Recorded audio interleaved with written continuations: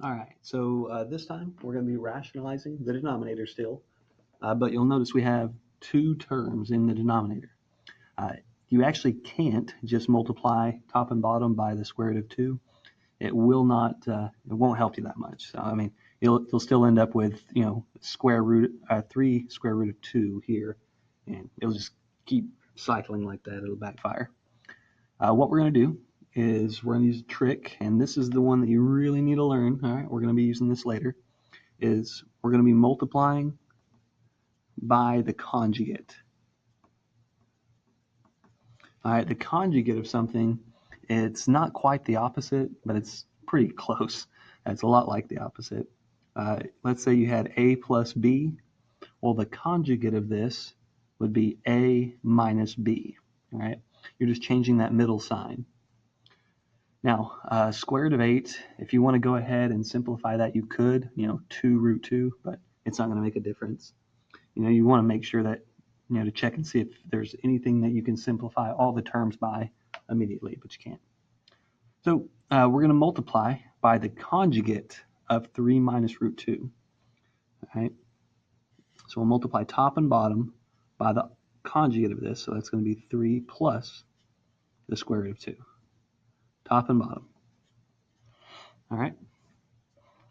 On the top, we'll wind up with 8 times both of those. So square root of 8 times 3. That'll be 3 root 8 plus square root of 8 times the square root of 2, which is the square root of 16. And then on the bottom, we'll FOIL this out or multiply it to double distributive property. So 3 times 3 will give us 9. 3 times that will give us positive 3 root 2.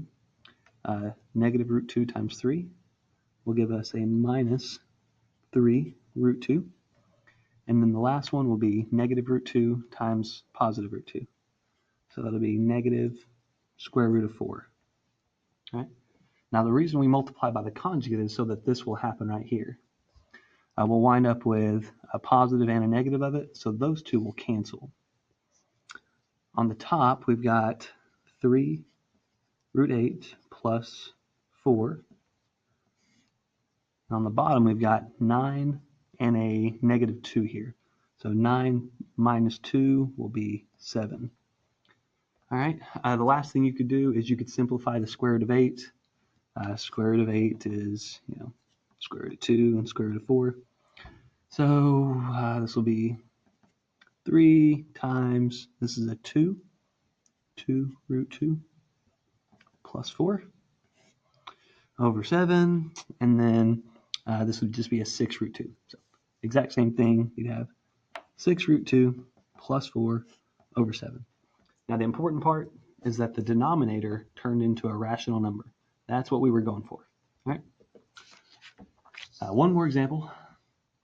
All right. Top and bottom, if you'll notice, 2 is a factor of all the terms. All right, the top term and the 2 bottom terms. So you can divide everything by 2 just to start out. So that'll become a 3 root 2. And then divide each of those by 2. So that'll be a 4 minus, and that'll just leave us with a root x. Okay. We're going to multiply by the conjugate. So that'll be 4 plus the square root of x over the same thing, 4 plus the square root of x.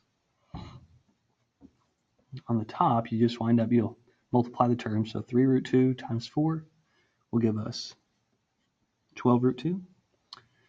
3 root 2 times the square root of x. So it'll be a plus. And this will be a 3 root 2x. Okay. And then on the bottom, we'll multiply this out. 4 times the 4 will be 16. 4 times that one will be positive 4 root x. This will be a negative 4 root x. All right, those are going to cancel for us. And then the last one will be negative root x times positive root x. So that'll be a negative square root of x squared. So that'll just be negative x. Okay. Let's see, the numerator is the same, 12 root 2 plus 3 root 2x. The denominator, these two cancel, so we wind up with 16 minus x. And that's it.